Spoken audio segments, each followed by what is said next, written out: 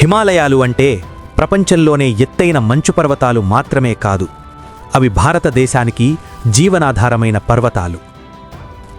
గంగా, సింధు, బ్రహ్మపుత్ర వంటి మహానదుల జన్మస్థలమైన హిమాలయాలు ఈరోజు ప్రమాదంలో ఉన్నాయి. అవును, మీరు విన్నది నిజమే. హిమాలయాల్లోని మంచు వేగంగా కరుగుతోంది. అసలు ఎందుకు కరుగుతోంది? దీనివల్ల మనకు కలిగే నష్టం ఏమిటి? దీన్ని మనం నివారించగలమా? ఇప్పుడు తెలుసుకుందాం. హిమాలయాలు సుమారు 2400 కిలోమీటర్ల పొడవున విస్తరించి దాదాపు 30,000 చదరపు కిలోమీటర్ల ప్రాంతం మంచుతో కప్పబడి ఉన్నాయి. ఆసియాలోని 10 ప్రధాన నదుల్లో గంగా, సింధు, బ్రహ్మపుత్ర వంటి నదులు ఇక్కడే పుట్టి ప్రవహిస్తున్నాయి. ఈ నదులపై ఆధారపడి సుమారు 1.9 బిలియన్ అంటే 190 కోట్ల మంది ప్రజలు జీవిస్తున్నారు. త్రాగునీరు, సాగునీరు, విద్యుదుత్పత్తి అన్నీ హిమాలయాలపై ఆధారపడి ఉన్నాయి. హిమాలయాల్లో మంచు ఎందుకు వేగంగా కరుగుతోంది? 1975 నుండి 2000 సంవత్సరం వరకు కరిగిన మంచుతో పోలిస్తే 2000 సంవత్సరం తర్వాత మంచు రెట్టింపు వేగంతో కరుగుతోంది. దీనికి ప్రధాన కారణం గ్లోబల్ వార్మింగ్ వల్ల ఉష్ణోగ్రతలు తీవ్రంగా పెరగడం. ప్రస్తుత పరిస్థితి ఇలానే కొనసాగితే భవిష్యత్తులో హిమాలయాల్లోని 30 నుండి 50% మంచు కరిగిపోతుంది. దీని ప్రభావంగా మొదటగా తీవ్ర వరదలు సంభవిస్తాయి. 2021లో ఉత్తరాఖండ్లో వచ్చిన వరదలు ఇందుకు ఉదాహరణ. ఆ తర్వాత నదుల ప్రవాహం క్రమంగా తగ్గిపోతుంది.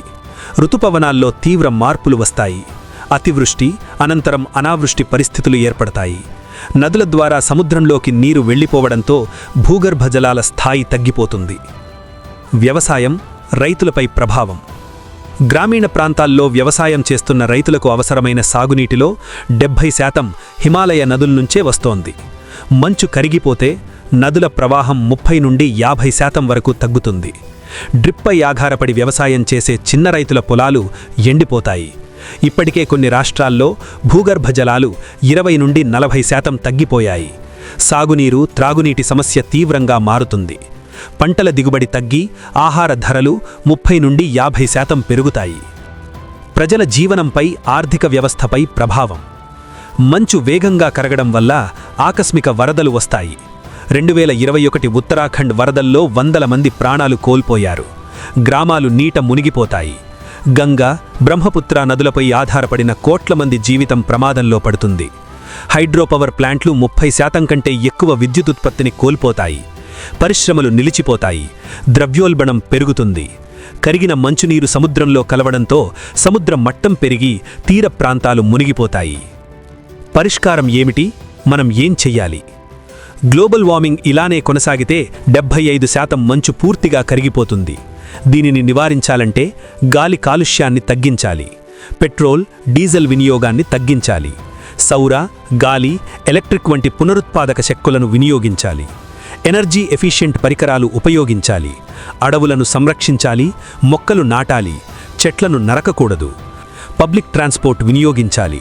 సైక్లింగ్, నడక అలవాటు చేసుకోవాలి. ప్లాస్టిక్ వినియోగాన్ని తగ్గించి రీసైకిల్ చెయ్యాలి. హిమాలయాలు కేవలం పర్వతాలు కాదు, అవి మన జీవన రేఖ.